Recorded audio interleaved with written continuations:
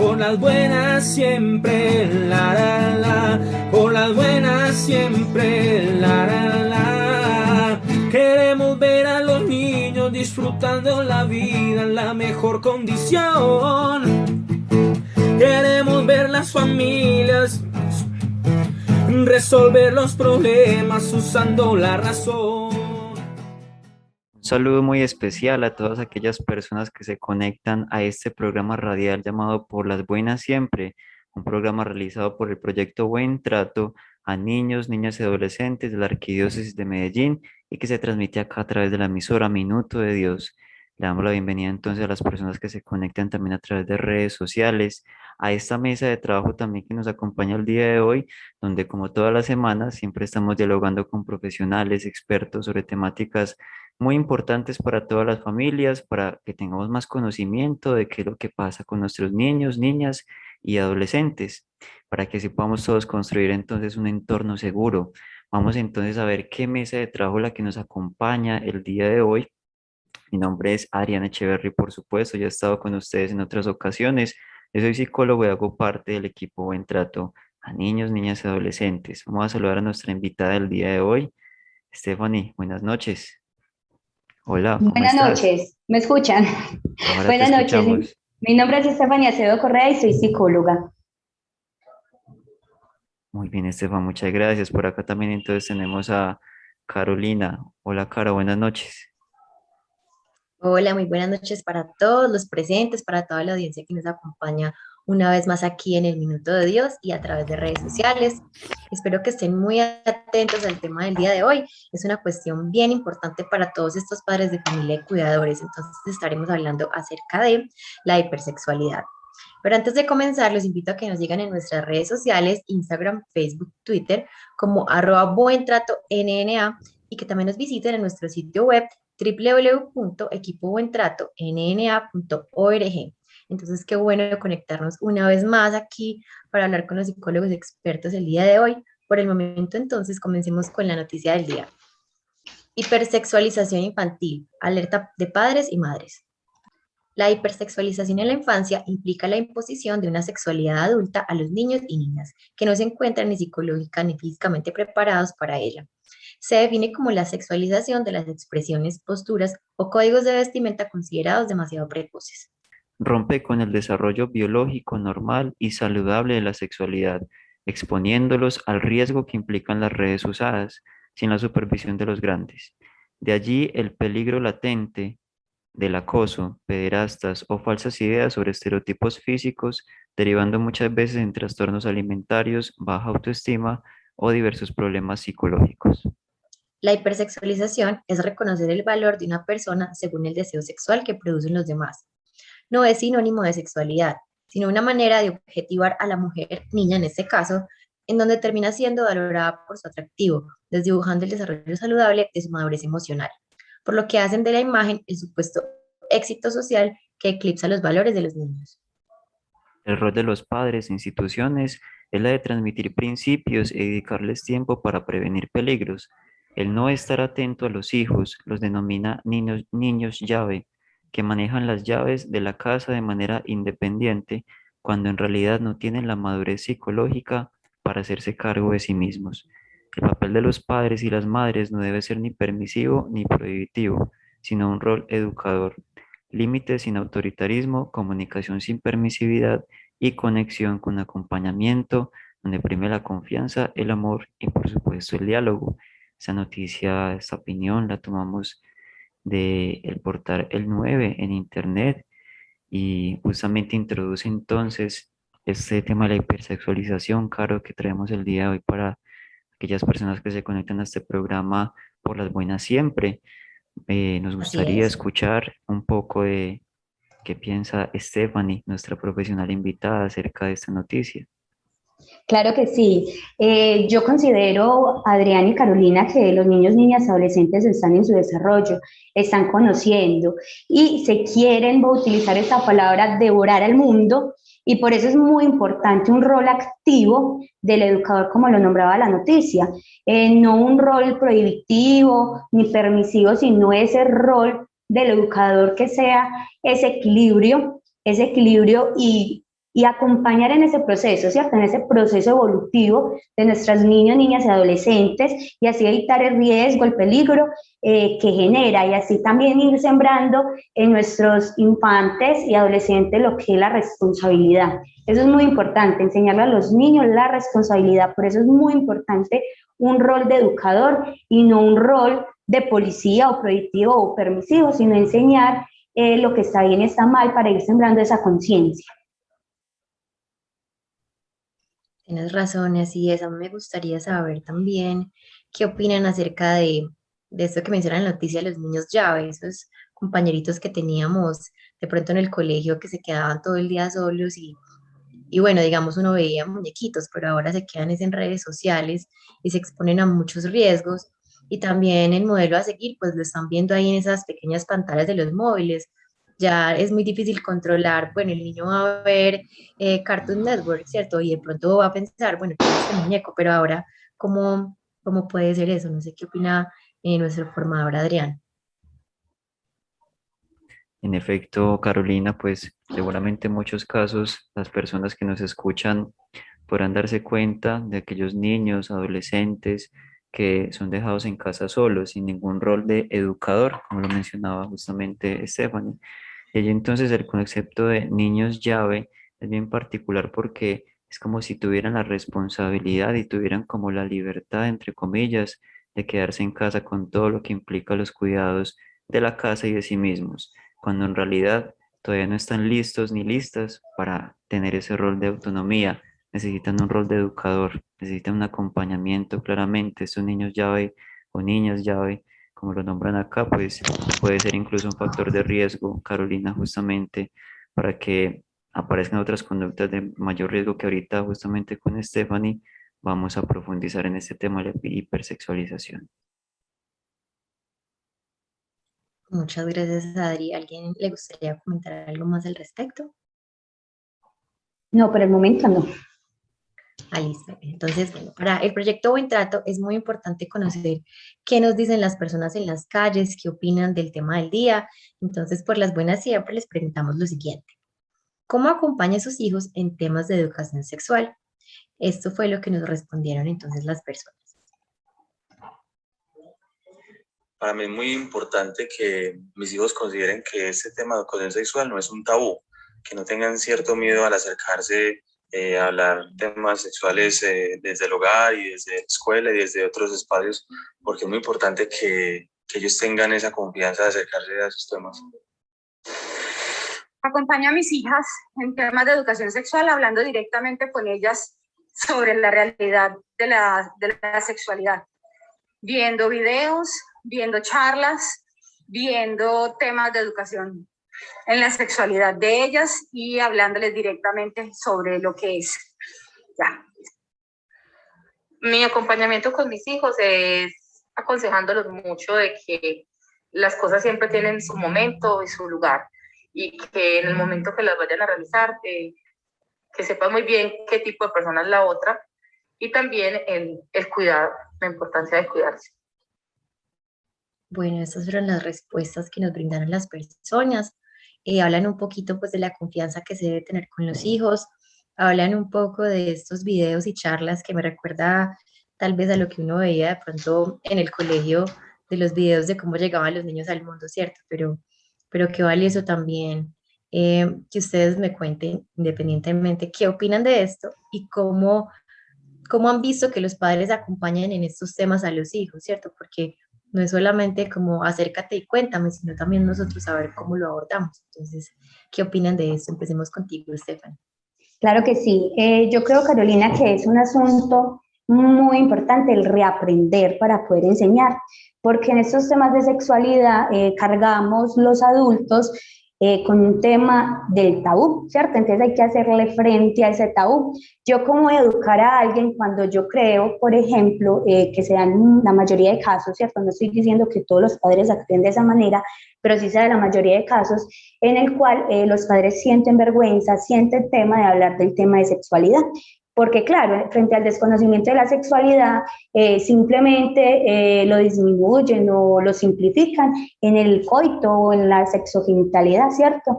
Entonces es entender que la sexualidad va más allá y para eso es un reaprender, porque es que a los adultos de ahora muy pocos le hablaban de sexualidad, ¿cierto? Yo recuerdo, por ejemplo, cuando estaba en el colegio que los temas eran básicos, demasiados básicos y casi siempre iban a lo que era el sexo, de los órganos genitales, de la anatomía, pero no profundizaban más allá de ese desarrollo psicosexual, ¿cierto? Entonces es muy importante trabajarse a sí mismo, mirarse a sí mismo, ¿qué conozco yo? Para poder transmitir esos aprendizajes, para poder educar, como lo mencionamos en la noticia ahorita, ese rol de educador. Para poder educar al otro, yo tengo que preguntarme qué sé del tema, tengo que preguntarme yo cómo asumo ese tema y así reaprender para poder enseñar. Yo creo que esa palabra es fundamental, esa premisa, el reaprender para poder formar y enseñar, porque estamos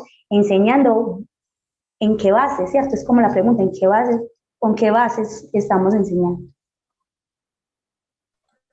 Es cierto. ¿Y qué opina nuestro formador Adrián?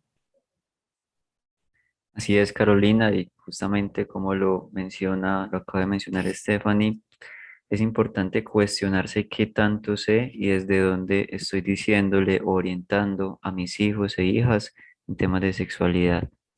¿Qué saber tengo yo previamente? Porque si yo quiero ser un rol de educador, pues tengo que tener un rol también activo de aprendizaje de mí mismo, ¿cierto? Como padre y madre responsable, en el cual yo primero me tengo que informar, primero tengo que informar y tener esa capacidad de no llegar, de llegar de manera empática a dialogar con mis hijos, sin vergüenza, sin poner ese tabú de por medio, que a veces es difícil justamente nombrar incluso las partes genitales o la zona genital, como lo mencionaba Stephanie, pero la sexualidad no se reduce a ello y por ende es importante que entre los padres de familia que frecuentemente se ven con los casos en las familias que en el proyecto hemos conocido, se ve mucho esto, de que hay vergüenza, de que es un tema que es mejor así déjalo como para un ladito, que se encarguen en el colegio, ¿cierto? Que se encarguen en otro lado, que no sea acá. Y cuando el niño o la niña le pregunta al papá o a la mamá algo, todos se mueren de la pena y prefieren voltear para un lado como, hágale, háblale usted. Y el otro le dice, no, háblale usted, se ven encartados, ¿cierto? Entonces justamente por eso es importante que en este programa y activamente como cuidadores nos formemos primero, porque un factor de riesgo para la aparición de posibles abusos sexuales es no hablar de sexualidad, es no conocer de temas, de situaciones de riesgo en la sexualidad. Y lo que hablaban los audios claramente lo decían. Hay que educar para prevenir riesgos, ¿cierto? Hay que educar para prevenir situaciones donde mis hijos se vean comprometidos. Así es, Adrián, como tú lo mencionas, qué rico que podamos hablar directamente con nuestros hijos, no buscar otro medio, otra forma, o que ellos busquen, digamos, no sé, en Wikipedia.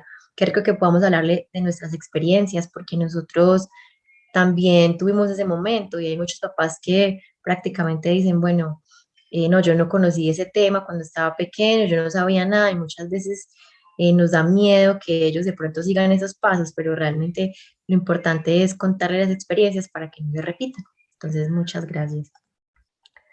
Ahora sí, pasando con la voz de la experiencia en nuestra sección, pues yo quería comentarles que hoy en día con el auge de las redes sociales y todos los influencers, debemos reconocer que la sexualidad ya es un ámbito muy importante en el aspecto físico, mental y emocional. Por eso en Por las Buenas siempre promovemos hablar con nuestros niños y niñas sobre este tema, que diría yo que acorta un poco esa etapa de la infancia. Entonces, nada, hablar con la finalidad de mostrarle a los niños que es una cosa natural, bueno, que podemos resolver sus dudas, pues no todas, pero al menos como la gran mayoría, porque las conductas sexuales están con nosotros desde que estamos pequeños, no solamente comienzan con la adolescencia. Entonces, qué bueno, como dice Stephanie, como digo, pues la persona entrevistada, que no se vuelva un tabú. Entonces, por eso hoy tenemos a nuestra invitada, la psicóloga Stephanie Acevedo, que nos va a contar para iniciar con el tema del día, pues esta siguiente pregunta. Entonces, Stephanie, cuéntanos, ¿qué es la sexualidad a nivel sociocultural y cómo ha sido su desarrollo, pues como a través del tiempo. Bueno, la OMS va a comenzar como qué dice la OMS, dice que la sexualidad es un aspecto central del ser humano. Como tú lo nombrabas ahorita, no solamente empieza la adolescencia, sino que nos acompaña desde que nacemos hasta que morimos, ¿cierto?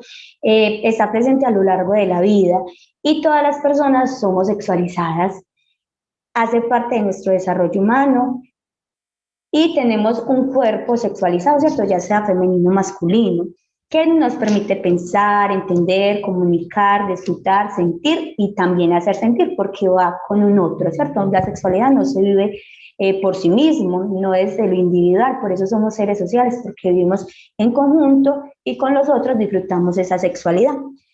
Como les decía ahorita, la sexualidad no solo se remite a lo que es la sexogenitalidad o la anatomía del cuerpo, sino que hay otros conceptos que abarca el tema de sexualidad. Entre ellos tenemos el sexo, el género, la identidad de género, la orientación sexual y la identidad sexual. El sexo, hablamos allí de la anatomía, ¿cierto? De la anatomía sexual, que es todos los órganos reproductivos. Como decía Adrián ahorita, es muy importante nombrar las cosas como son. Es vagina, es pene, no es la cosita, no es la arepita, no es la galletita, las cosas como son, porque es un tema normal y debe de ser normalizado en nuestra sociedad. ¿Por qué hablar con tabú de la sexualidad? El género es identificar entre lo femenino y lo masculino, ¿cierto? Como decías tú, viene relacionado con todo ese desarrollo cultural y social en el cual hay unas características psicosociales, ¿cierto? Entonces, desde cada cultura atribuyen cuáles son esas características de lo femenino y lo masculino. En Colombia son unas, en otros países son otras, en otros continentes son diferentes, ¿cierto? Entonces eso cambia según en el contexto en el que nos encontremos y es muy importante reconocerlas porque así es como nos vamos identificando y nos vamos desarrollando respecto a esos referentes masculinos y femeninos que hay en nuestra sociedad. La identidad de género es la sensación de comodidad y sentimiento sobre nuestro género. Y entramos a la identidad sexual. La identidad sexual es cómo me identifico yo en mi sexualidad. Entonces abarca todos los conceptos anteriores y es cómo nos sentimos respecto a nuestro sexo, género y orientación. En conclusión, la sexualidad se expresa a través del comportamiento, que va más allá, nuevamente, de esa biología y esa reproducción. Entonces también es el placer, el sentimiento, la comunicación, el intercambio afectivo. Entonces va más allá nuevamente de eso que es la sexogenitalidad, el coito.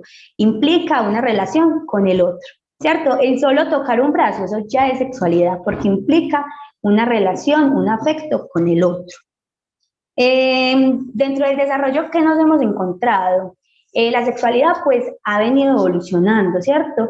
Y más que todo, cuando empezamos a notar que no solo los hombres son quienes viven la sexualidad, sino también las mujeres. Entonces, antes era un tabú, sí, hoy es un tabú, porque todavía se ve que es un tabú la sexualidad, entonces imaginémonos antes, ¿cierto? Cuando nuestros padres, nuestros tíos, nuestros abuelos, simplemente la sexualidad lo reducían a un asunto de una relación de pareja en el cual la mujer tenía que tener hijos, el hombre tenía que hacer ciertas labores, pero solo se basaban en eso de la reproducción, ¿cierto? Ahora tenemos un concepto más amplio y más evolucionado frente a eso. Muy bien, Esteban, y pues justamente ahí tenemos una introducción general al tema de la sexualidad, nos queda claro, nos va quedando claro, queridos papás, mamás que se conectan a este programa por las buenas siempre, que definitivamente la sexualidad no se reduce a lo anatómico, no se reduce a un acto de coito, ¿cierto? A un tema de genitalidad. Es mucho más amplio el tema de la sexualidad, por ende es importante que sepamos ampliar este concepto también como lo menciona Stephanie. Y justamente sobre eso que mencionas, Stephanie, entonces, ¿cómo hablar de todo esto? ¿Cómo hablar de todo ese tema de la sexualidad que mencionabas con nuestros hijos y con nuestras hijas? ¿Cómo podemos hacer como papás y mamás para abordar esos temas? Claro que sí, Adri, es muy importante.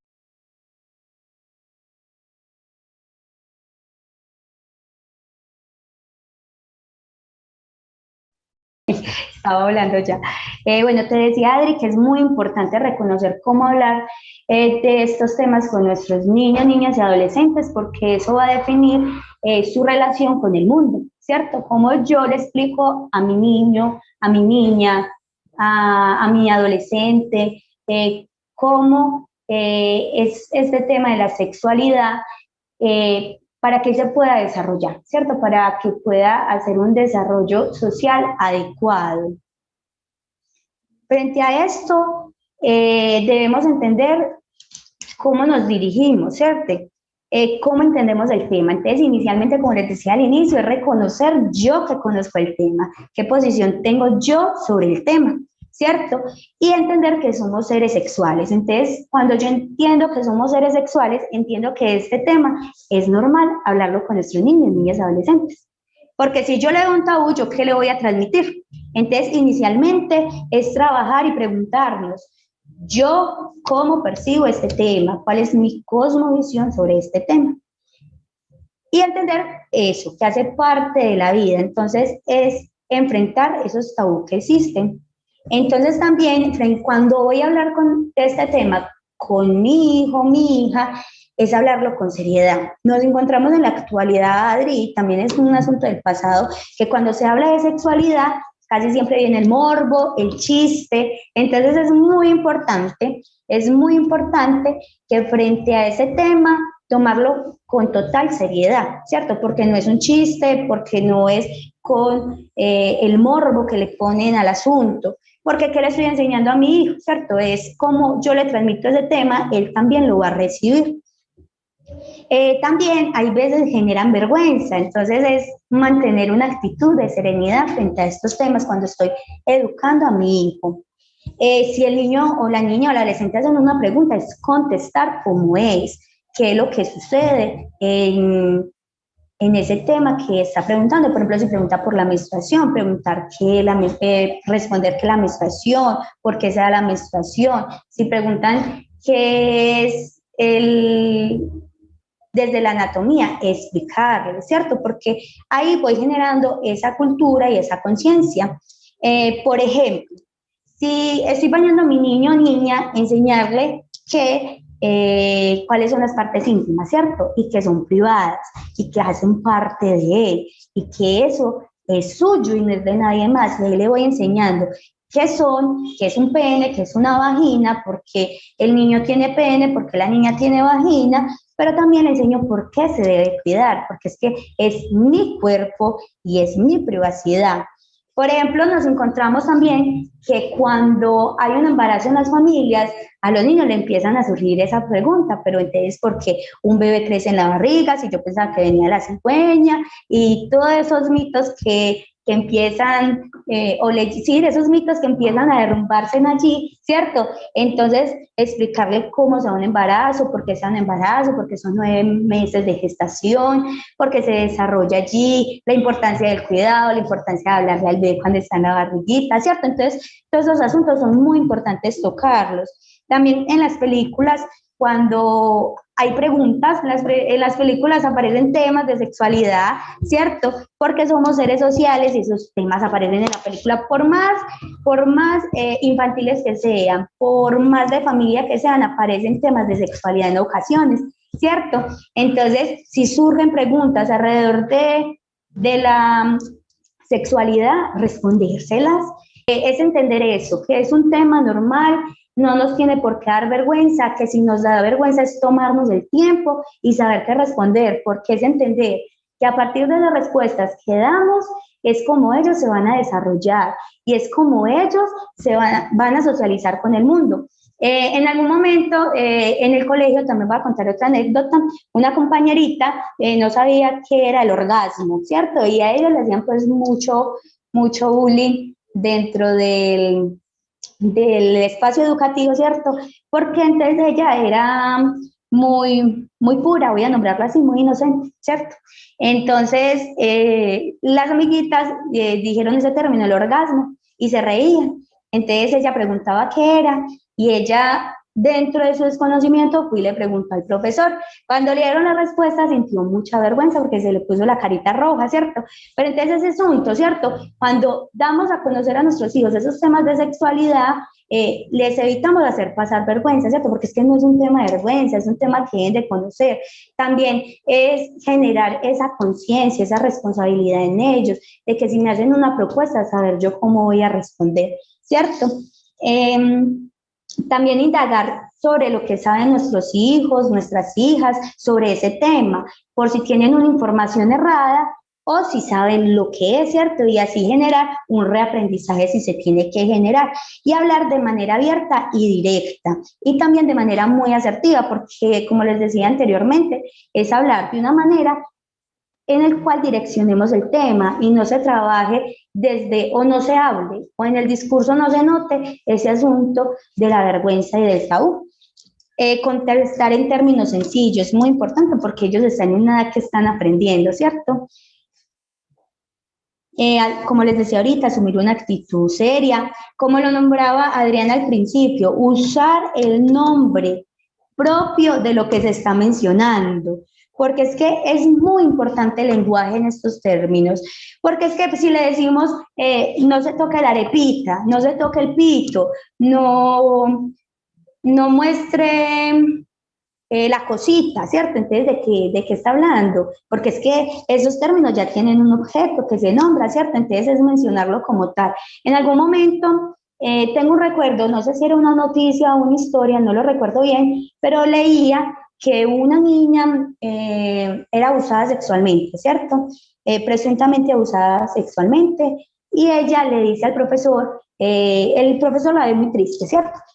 Y ella le dice al profesor, no, el profesor le pregunta, digamos que la niña se llama Camila. Camila, ¿por qué estás triste? Y la niña le dice, ay, profe, estoy muy triste porque mi tío, siempre que voy a la casa, me coge el pan, ¿cierto? Dice así, el pan. El profesor pensó que era el pan de comer, ¿cierto? Después de un tiempo, él veía que ella seguía muy triste, muy triste. Cuando indagó con la familia, se dio cuenta que es que el pan hacía referencia a su sexo, a su vagina, ¿cierto? Entonces, ¿hace cuánto, uno pensando en tiempo, no se puede haber prevenido esa conducta, ese factor de riesgo, si ella hubiera hablado desde la terminología que es, ¿cierto? Entonces es muy importante hablar desde los términos, porque no sabemos cuándo nuestros hijos van a estar expuestos a ciertos riesgos y después cómo se van a comunicar. Preguntarle también a nuestros niños, niñas y adolescentes si resolvieron la pregunta. Es muy importante saber si les quedó claro el tema.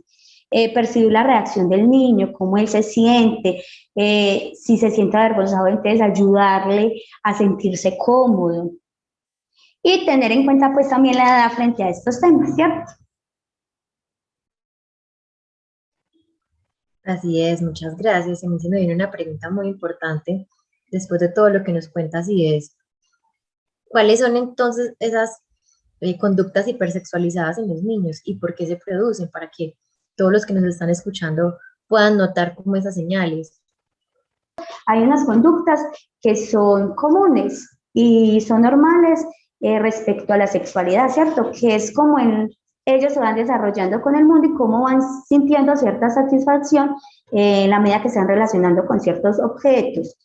Voy a contar un poquito como cuáles son esas conductas normales y luego hablar como de esas conductas hipersexualizadas que entran a ser, voy a nombrarlo así, anómalo, ¿cierto? Que entra por encima de la media. Entonces, desde la etapa oral se da cuando el niño está en esos primeros meses y él conoce el mundo a través de lo que es agradable y desagradable.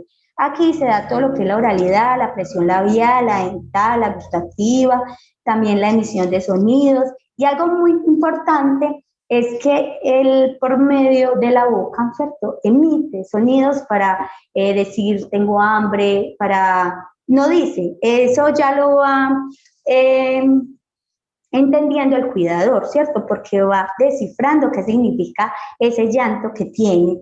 Y luego pasa y sucede que entonces él no solo llora porque tiene hambre, no solo es un asunto de nutrición, sino que también hay un placer en el gusto, ¿cierto? Y todo lo que es morder hay un placer. Entonces, claro, me rasca la encía, entonces me prestan el rasca encías y eso me satisface, ¿cierto? Entonces allí ya hablamos de un placer. Viene después de la oral y es donde el niño se vuelve más, o el niño o niña se vuelve más consciente del cuerpo que habita. Hay mayor autonomía, domina y controla su cuerpo.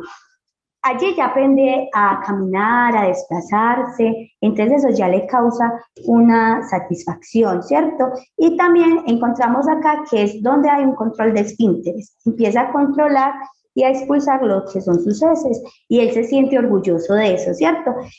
Claro, pero como aquí tiene que socializar con el mundo externo, porque es que él ya tuvo un destete, ¿cierto? Y se dio cuenta que hay un mundo externo, entonces pasa y sucede que entonces empieza a tener un control de sus esfínteres para poder agradar a los otros, y ahí entra un poquito de esa conciencia del asco. El niño se da cuenta de la anatomía, entonces lo que hablábamos ahorita del sexo, del pene y la vagina, y llega a la proyección del incesto y reconoce ya mucho más el mundo exterior, ¿cierto? Entonces se da cuenta que su pareja debe estar allá en el mundo exterior y no está adentro en su hogar. Y está la etapa de latencia, que se señala más o se enfoca más hacia el aprendizaje pedagógico y social. Ya aprende a tener amigos, hay un gusto por el saber, por la academia. Y dentro de lo genital están todos los cambios corporales y los nuevos cambios a los que él está expuesto, ¿cierto? Porque ya está un cambio de sus desarrollos. Entonces le entra la reproducción y todo lo que es la satisfacción sexual y reconoce ya el cuerpo del otro. Ya hay una búsqueda del objeto de su satisfacción y aquí es donde viene esa pregunta, ¿qué me gusta? Dentro de ese desarrollo psicosexual es muy importante entenderlo porque, como dije, hay unas conductas que son normales en la edad de nuestros niños, niñas, adolescentes, ¿cierto? Entonces, lo anómalo es lo que ya exacerba ciertas conductas. Entonces, dentro de eso, nos encontramos lo siguiente. Entonces, frente a eso, hay unas conductas que vienen a ser hipersexualizadas. ¿Y cuando son hipersexualizadas? Es cuando hay un exceso de ciertas conductas que realiza. Es muy importante entender que la sexualidad es un factor común en este desarrollo del ser humano, ¿cierto? Entonces, es enfocarnos en que los niños y niñas no hablan o no hacen lo que nunca han visto o no tienen conocimiento, ¿cierto? Entonces, cuando lleguen esas conductas hipersexualizadas como la masturbación, como el consumo de pornografía y cosas por el estilo que se dan y se han visto dentro de la sociedad, es saber y reconocer de que algo está pasando. No siempre hay un presunto abuso sexual, no siempre, porque puede que haya una curiosidad, ¿cierto? Pero es muy importante reconocer que frente a esto es mirar que cuándo ocurre, cómo se presenta, qué se hace y cómo se ve, y también la frecuencia. Es muy importante ver la frecuencia de ese asunto, cómo se está dando. Yo veo que es muy frecuente en mi niño, niña o adolescente, es entonces empezar a preguntarme qué está pasando allí, porque entonces podemos empezar a estar enfrentándonos frente a un presunto abuso sexual. También tenemos que cuando voy a enfocarme un poquito como en esto de los presuntos abusos sexuales, que es más que todo cuando se ven conductas hipersexualizadas, ¿cierto? Porque nos está hablando de algo que está pasando y hay unos indicadores del comportamiento, ¿cierto? Entonces, entre esos indicadores es muy importante reconocer que hay cambios bruscos de conducta, le da miedo estar solo con ciertas personas, rechazo hacia el padre o la madre, tendencia al secretismo, llanto frecuente y motivado, no hubo motivo para que llorara. Hay una resistencia al desnudarse, problemas escolares o rechazo a la escuela. También si encontramos que no están durmiendo bien o están teniendo muchas pesadillas en la noche. También están teniendo conductas regresivas como la pérdida del control de esfínteres, chuparse el dedo, pataletas. También aparecen lo que son todas las autolesiones, entonces, o conductas suicidas. Entonces es muy importante reconocer estas conductas desde el aspecto emocional. Y desde los indicadores de la esfera sexual tenemos el rechazo a las caricias, el pudor excesivo, el llanto, conductas de nerviosismo cuando aparecen conductas sexuales en la TV o en la calle, conductas precoces o conocimientos sexuales inadecuados para su edad. Entonces, preguntarse el dónde aprendió eso, por qué está hablando de eso, intereses exagerados por las conductas sexuales de los adultos. También aparecen agresiones sexuales a otros niñas, intereses exagerados por los juegos de contenido sexual. También aparecen conductas seductoras. Entonces, es muy importante conocer cuáles son como esos comportamientos normales que están en cada una de las etapas de la evolución de los niños, niñas, adolescentes, y reconocer cuando es algo que hay que mirarlo y hacerse la pregunta si está pasando ahí algo de más, ¿cierto? Si está exacerbado ese comportamiento para poder yo buscar ayuda. Muy bien, Stephanie, justamente ahí tenemos la importancia de darnos cuenta de esas señales y como cuidadores, entonces, Stephanie, como padres de familia, como educadores, ¿cómo podemos hacer entonces contribuir para mitigar la hipersexualidad, para mitigar esas situaciones de posibles riesgos? Entonces es lo que les nombraba ahorita, tener como una posición ética o neutral, ¿cierto? Yo sé que es muy difícil como padres, como educadores, como tíos, como tías, tener o dejar aparte la emoción, pero es colocar la razón para no generar juicios de valor frente a ciertos temas, pensar qué hacer y cómo abordarlo, ¿cierto? Porque entonces si yo voy con el juicio, el niño o la niña va a sentir vergüenza, va a sentir miedo. Entonces, ser muy neutros y hacerle entender de que es un tema que se tiene que hablar. Reconocer esas habilidades personales. Por ejemplo, si yo soy un padre de familia que sinceramente no soy capaz de hablar del tema, saber buscar ayuda, saber decirle a un tío, a una tía, a un primo, a alguien mayor de edad, ¿cierto? Que conozca este tema y pueda orientar mejor a esa persona que está frente a estas conductas. Generar respuestas constructivas, como ahorita le decía, intervenir, entonces saber cuándo ocurre, cómo se presenta, qué se hace, cómo se ve. La frecuencia es muy importante identificarla, ¿cierto? Y ya de ahí empezar a abordarla para poder intervenirla. Escuchar con calma, acogiéndolo, no interrogándolo, que se haga sentir culpable. No, es más bien escucharlo y hacer entender que está apoyado y que esto se puede solucionar.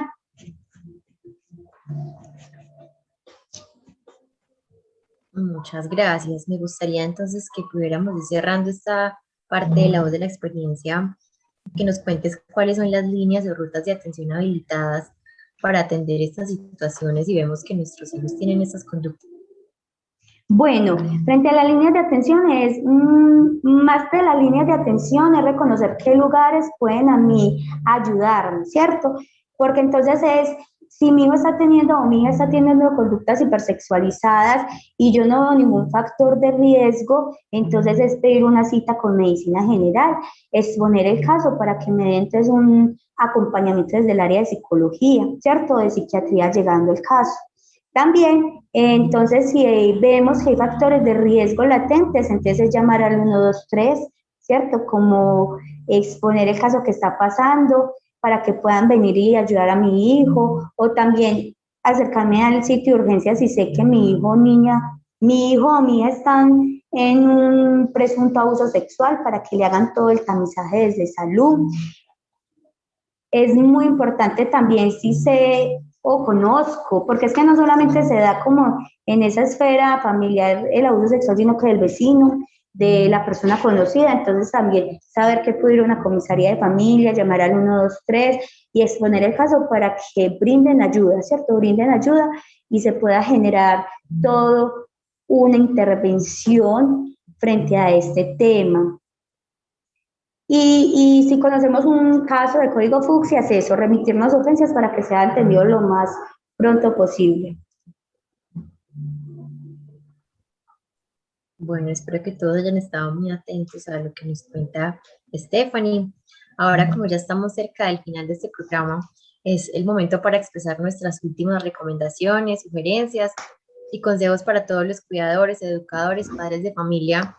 Y entonces le pido a los profesionales que nos acompañen que nos den ese último comentario. Entonces, qué rico, Stephanie, que nos pudieras decir tu última recomendación o consejo.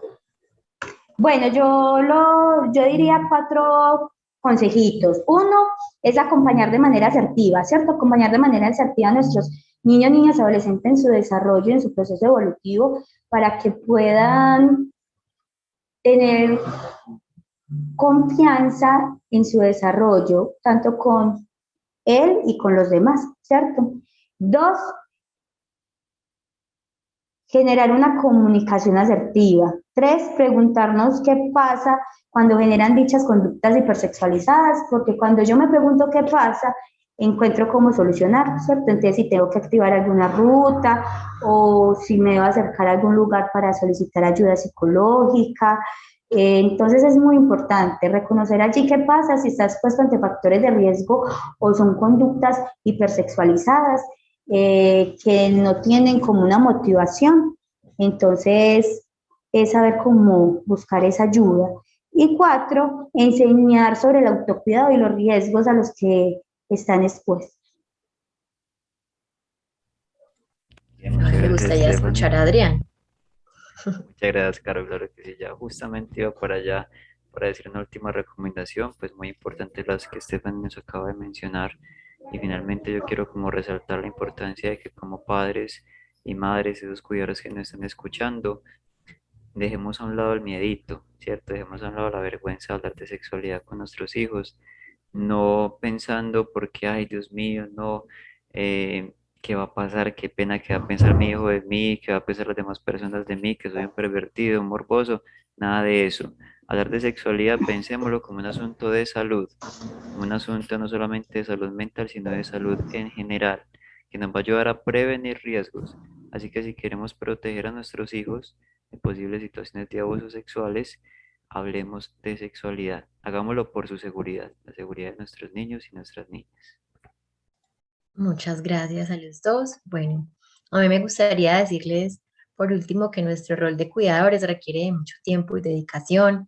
La confianza que les damos les servirá para prevenir todos los peligros y enseñarles que no nos debemos centrar solo en el atractivo físico. Entonces, validemos los gustos, validemos su personalidad para que puedan construir una identidad sin necesidad de estar imitando modelos adolescentes, sin necesidad de tener actitudes así.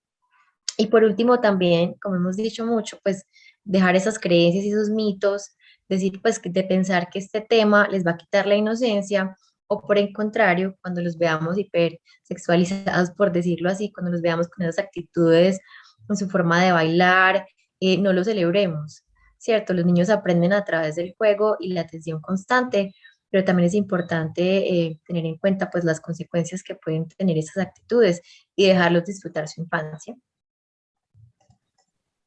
Gracias, Caro. Muchísimas gracias a nuestra invitada del día de hoy, a Stephanie, psicóloga, que nos acompañó en este programa para hablar de hipersexualización. A Stephanie, que nos acompaña en este programa para hablar de hipersexualización, le agradecemos muchísimo por acompañarnos. Esperamos tenerte de nuevo por acá, Stephanie, en otro programa para que hablemos muchísimo más. A Caro, muchas gracias y por supuesto a todos nuestros oyentes que se conectaron para escuchar ese tema tan interesante.